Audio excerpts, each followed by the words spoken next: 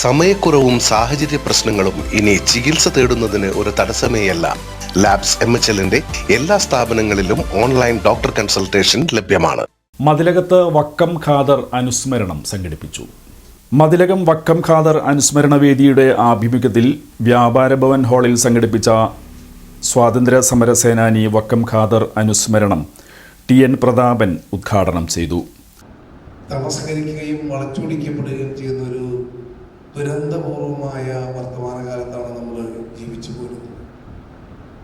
രാഷ്ട്രപിതാവായ മഹാത്മാഗാന്ധിയെയും ഇന്ത്യയുടെ ആദ്യത്തെ പ്രധാനമന്ത്രിയായ പണ്ഡിറ്റ് ജവഹർലാൽ നെഹ്റുവിനെ പോലും മനഃപൂർവ്വം മറപ്പിക്കാൻ വേണ്ടി ശ്രമിക്കുക.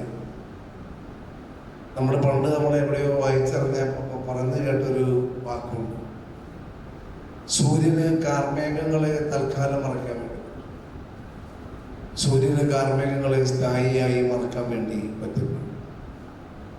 അതുതന്നെയാണ് സ്വാതന്ത്ര്യ സമരത്തെക്കുറിച്ചും സ്വാതന്ത്ര്യ സമര സേനാനികളെക്കുറിച്ചും രാഷ്ട്രപിതാവ് ഉൾപ്പെടെയുള്ള മഹാന്മാരെ കുറിച്ചൊക്കെ തമസ്കരിക്കാൻ ശ്രമിക്കുന്നവർക്ക് നമുക്ക് പറഞ്ഞു കൊടുക്കാനുള്ള മറുപടി. വക്കം ഖാദർ എന്ന് പറയുന്ന ധീരദേശാഭിമാനിയെ നേരത്തെ ഇവിടെ ഹംസക്കയും ബഷീർക്കയും പരിചയപ്പെടുത്തുകയുണ്ടായി. മലയാളിയുടെ ഹൃദയത്തിനകത്ത് എത്ര കാലം കഴിഞ്ഞാലും ജീവിക്കപ്പെടുന്ന ഒരു ആളാണ്. തൻ്റെ യൗവന തീഷ്ണത നിലനിൽക്കുമ്പോൾ തന്നെ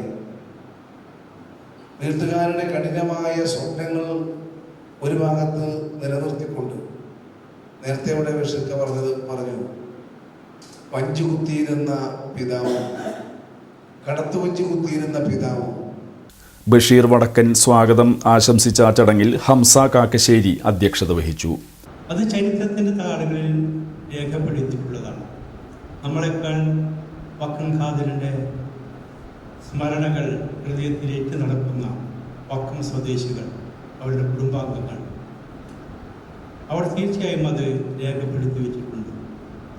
2019 ഇങ്ങനൊരു അനുസ്മരണ യോഗം സംഘടിപ്പിക്കുമെന്ന് കേട്ടപ്പോൾ അദ്ദേഹത്തിൻ്റെ സഹോദരൻ്റെ പുത്രൻ ഫാമി സിംഗപ്പൂരിൽ നിന്ന് നമ്മുടെ പുന്നക്കവസാർ അറാഖ് ഓഡിറ്റോറിയത്തിൻ്റെ സ്റ്റേജിലേക്കാണ് വന്നത്.